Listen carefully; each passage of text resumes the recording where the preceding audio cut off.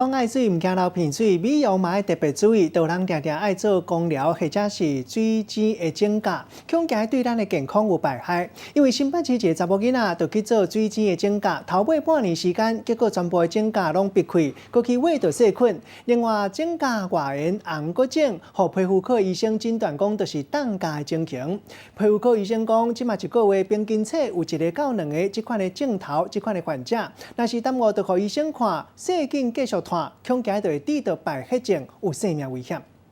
真侪爱水的查某囡仔拢会去做光疗，也是水晶指甲，甲指甲做甲足水的。不过定做指甲的人爱注意啊，有一个20多岁指甲美容师做水晶指甲超过半年，结果10早的指甲拢长起红肿，去互皮肤科的医生看，原来是冻甲。甚至指甲也有细菌及霉菌的感染，这就是一个长期做这个指甲。包括是彩绘指甲、水晶指甲，甚至光疗之后呢，所造成的指甲的一个发炎，甚至指甲感染的一个现象。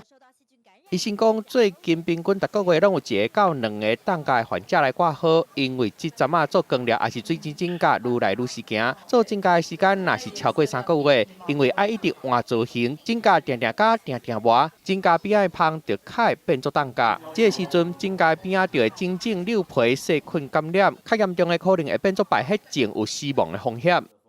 假使本免疫功能比较差的，或是有时糖尿病的民众，血糖控制不好。那这样的民众，他就能产生一些这个所谓比较容易续发性的感染的问题，那可能就要用一些消炎的药来擦拭，或者呢厉害的时候可能还吃一些消炎药。